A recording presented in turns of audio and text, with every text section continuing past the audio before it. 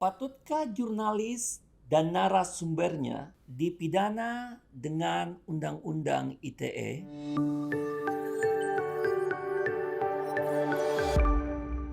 Assalamualaikum warahmatullahi wabarakatuh. Salam sahabat Harmoni Hukum. Berjumpa lagi kita dengan episode program Hukum Responsif. Dan pada kesempatan ini kita akan membahas jeratan Undang-Undang ITE yang kerap mengancam jurnalis belakangan ini. Mengapa demikian? Mari kita diskusikan bersama. Sahabat Harmoni Hukum, pada beberapa pekan kemarin, ruang publik di berbagai media sosial menjadi riuh karena pemberitaan dari Proyek Multatuli terkait dengan dugaan kasus perkosaan terhadap anak dengan judul 3 anak saya diperkosa, saya lapor ke polisi, polisi menghentikan penyelidikan. Pemberitaan ini jika dilihat dari peringatan yang disampaikan di awal ditujukan agar polisi lebih memperhatikan prosedur penyelidikan terhadap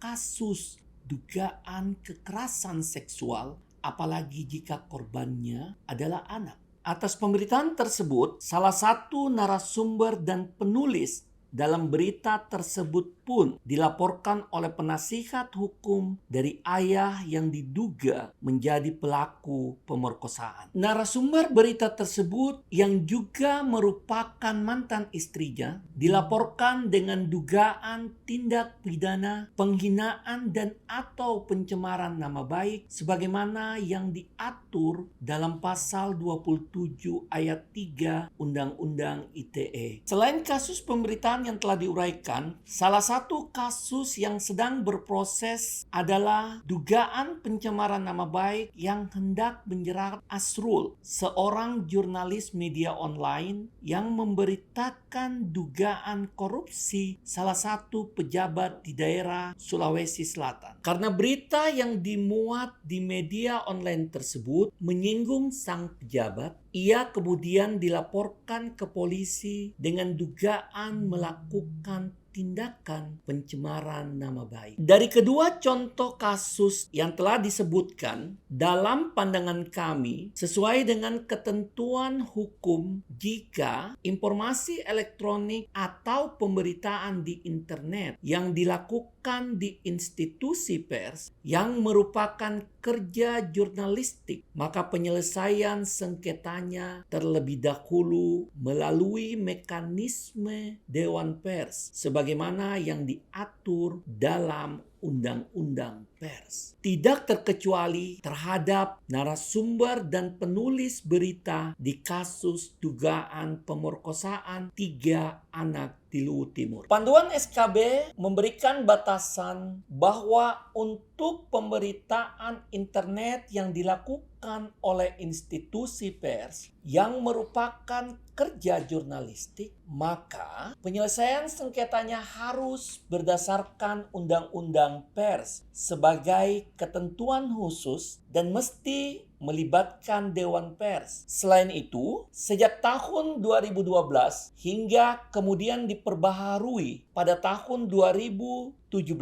terdapat nota kesepahaman antara Dewan Pers dan Kepolisian Republik Indonesia terkait dengan koordinasi dalam perlindungan kemerdekaan pers dan penegakan hukum terkait dengan penyalahgunaan profesi wartawan. Dalam nota kesepahaman, kedua belah pihak bersepakat dalam hal perlindungan kemerdekaan pers. Jika pihak kepolisian menerima pengaduan dugaan perselisihan atau sengketa antara wartawan atau media dengan masyarakat, maka yang berselisih dan atau pengadu akan diarahkan untuk melakukan langkah-langkah secara bertahap dan berjenjang, mulai dari penggunaan hak jawab, hak koreksi, hingga pengaduan ke Dewan Pers maupun proses perdata.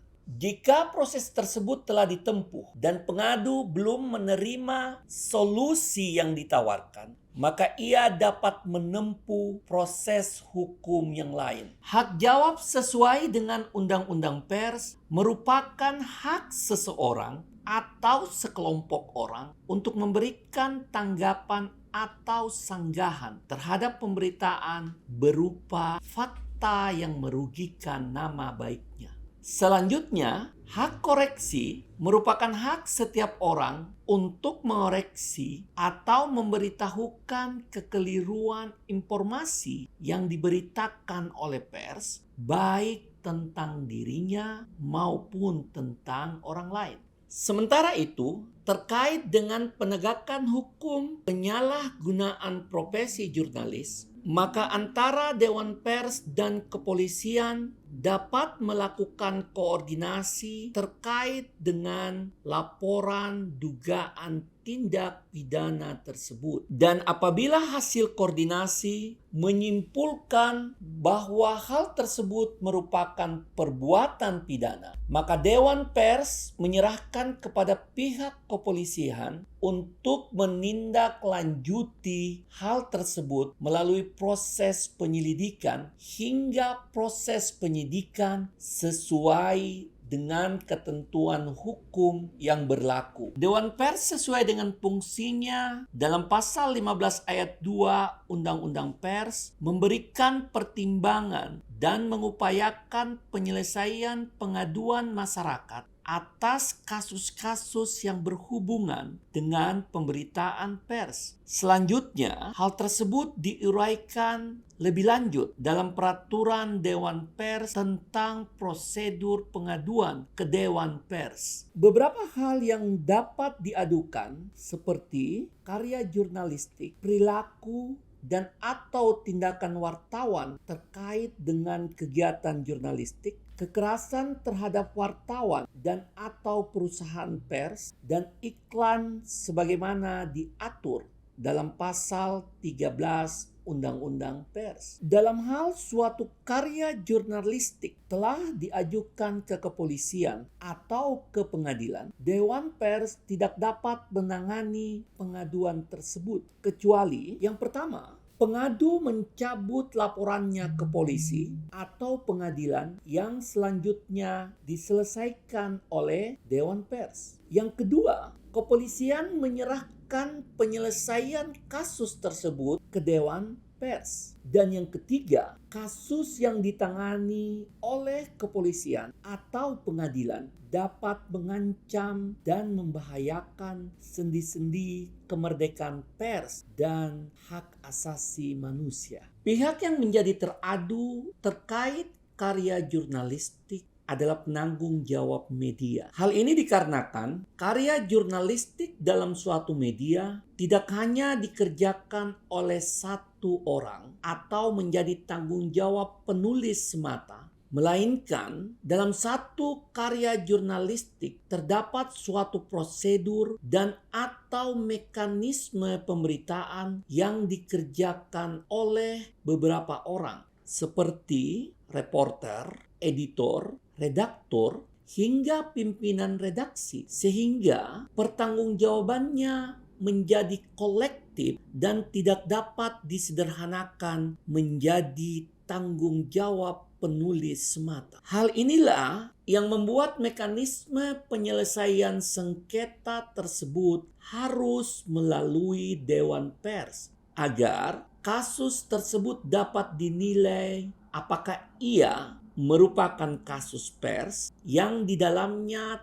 terdapat pelanggaran kode etik jurnalistik atau bukan merupakan kasus pers sehingga penyelesaiannya dapat dilakukan di luar ketentuan Undang-Undang Pers. Selain hal tersebut, yang paling terbaru adalah pada tahun 2021 telah disepakati nota kesepahaman antara Komisi Kepolisian Nasional Kompolnas dengan Dewan Pers, yang pada intinya kesepahaman ini menguatkan nota kesepahaman antara Dewan Pers dan kepolisian, dan jika terdapat indikasi pemidanaan terhadap pers Maka Kompolnas ikut membantu koordinasi dan kerjasama antara Dewan Pers dan kepolisian. Pemidanaan terhadap jurnalis dan narasumbernya dapat menjadi ancaman terhadap kebebasan pers dan demokrasi. Hal ini dikarenakan aktivitas dari pers yang bertujuan untuk mengungkap suatu kejahatan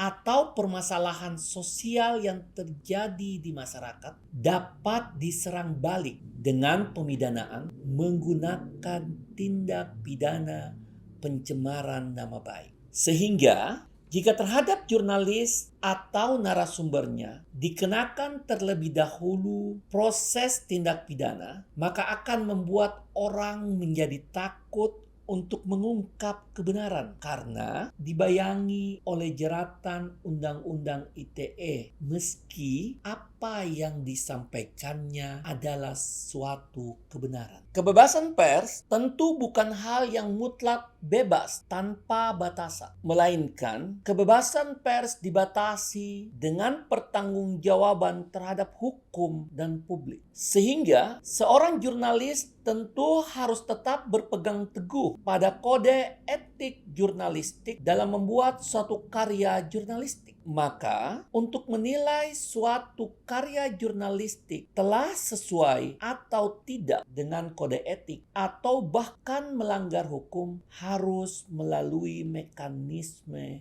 Dewan Pers. Penggunaan sanksi pidana sesuai dengan asasnya yakni ultimum remedium harusnya menjadi upaya terakhir dalam menyelesaikan suatu permasalahan. Jika masih terdapat penyelesaian sengketa yang lain seperti musyawarah ataupun mediasi, maka hal tersebut mesti ditempuh lebih awal sebelum menggunakan mekanisme sanksi pidana. Jika kawan-kawan memiliki pendapat yang berbeda, silahkan disampaikan melalui kolom komentar. Dan jika suka dengan konten seperti ini, jangan lupa dukung kami dengan cara share, like, komen, dan subscribe. Salam harmoni hukum. Ciao.